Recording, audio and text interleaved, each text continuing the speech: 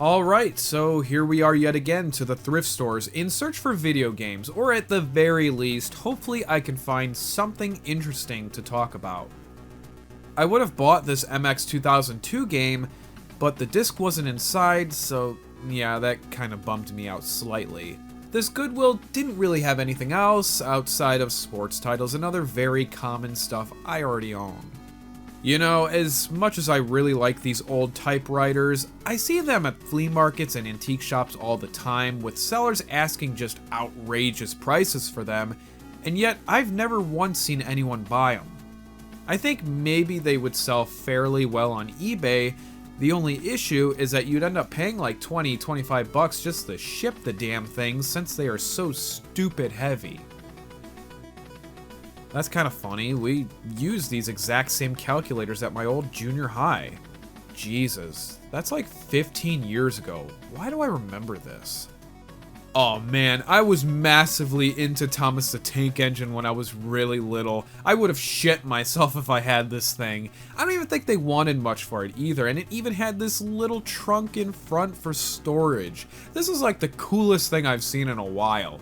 It almost kind of makes me want a kid. Almost. Not quite, though. Oh, for the love of... A bowling ball controller attachment for the Wii. Okay, sure, fine, the Wii has all sorts of stupid and gimmicky attachments, but seriously, exactly how useful is something like this other than just being a novelty thing? I almost want it just for the sake of how silly I think it is. I can't. I mean, if I'm gonna buy something insanely ridiculous for just one game, I'd rather buy that Steel Battalion controller for the Xbox that's like $200 frickin' dollars. No matter how insane and expensive that controller is, the Gundam and mech fan in me absolutely loves everything about it. Nothing really all that special at this location either. Then again, my fiance seems to have spotted something. Oh, they got Hannah Montana. I want it. Do you? You want Hannah? Movie. Ew. Yeah, so this is something I regret. I should have bought those two Battlefront games. I think they wanted $2 a piece, maybe even less than that. Totally didn't take into consideration the copies I have don't have the manuals, and these did. For that price, it had been worth just upgrading and selling the old ones without the manuals.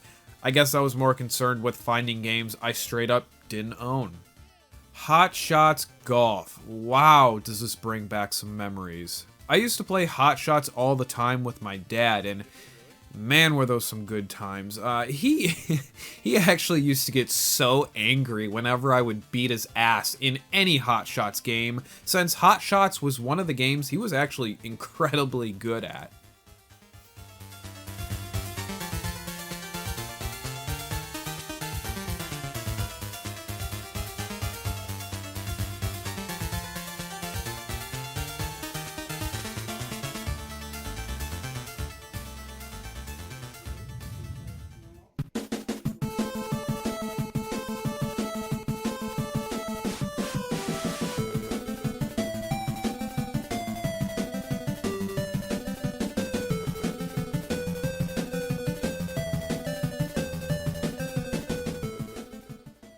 Okay, this Salvation Army is packed with all sorts of games this time. Problem is, I own most of these, or in some cases, I just don't want them, like the Sing titles or, of course, the sports ones. I probably should have bought the Call of Duty Wii games just for shit, since they're kinda sorta hilariously bad on the system, but I chose to pass on it. I was, however, genuinely shocked to come across this Mario Sonic Olympic Games, until further opening the case and seeing the horrible condition of the disc. Ugh, come on, people. What do you do with your games? Use them as coffee tables? This was a really cool find. SimCity 2000, big box, special edition for the PC. It had everything inside, except one major problem. The disc was completely ruined. This is the first time I have ever seen a PC disc in bad condition. I really wanted it, but there was absolutely no way the resurfacing machine would even come sorta close to fixing the disc. So what the hell are the chances of coming across a tattoo stencil transfer machine at a Goodwill? These things cost like $100 brand new, and they only wanted 10 here. That's a crazy good deal, and the machine seems to be in great, clean condition. My fiance really wanted it since she is a tattoo artist, and for $10, she'd have been stupid to pass up that kind of a deal. Back at one of my regular locations, they had quite a bit more games this time around, including Tekken Tag Tournament, SSX, and a few others. I ended up snagging that Wolfenstein game I already owned for the Xbox, and that Tomb Raider Angel of Darkness. Oddly enough, I don't own any Tomb Raiders on any system other than the PlayStation 1. I thought I did, but either way, this is still a nice addition to the collection. I don't really know what these are for. Maybe cassettes, 8 tracks, I don't know. However, I found one of these, not too much different than the one I'm showing here, that I mounted to my wall to put NES games inside. I don't know, I thought it was a really cool idea. If you do like this idea, just take measurements of the cartridges before you purchase one of these. That, or maybe bring in a copy of something you own just to see if it fits.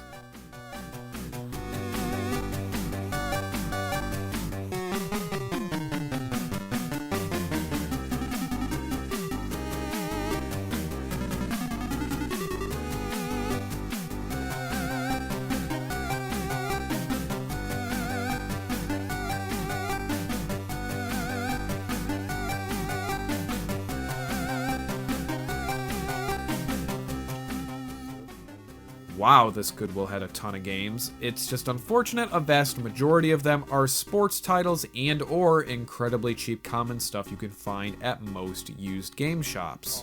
Although, they did have a Kane and Lynch 2 for the 360. That game gets a bad rap, honestly. I thought it was a lot of fun, and the story was really good. I just hated the story only lasted like 3 to 4 hours. Although, that seemed to be a massive trend in the PlayStation 3 and Xbox 360 era. Story modes were so stupid short to put more of a focus on the multiplayer, which was actually a lot of fun in Kane and Lynch 2. I remember having so much fun playing this with a group of friends back in the day. Just reminiscing about the game, even this briefly, really makes me want to play it again. While I was at a 5 and Below shop, I came across this Extinction title for the PS4 and Xbox One.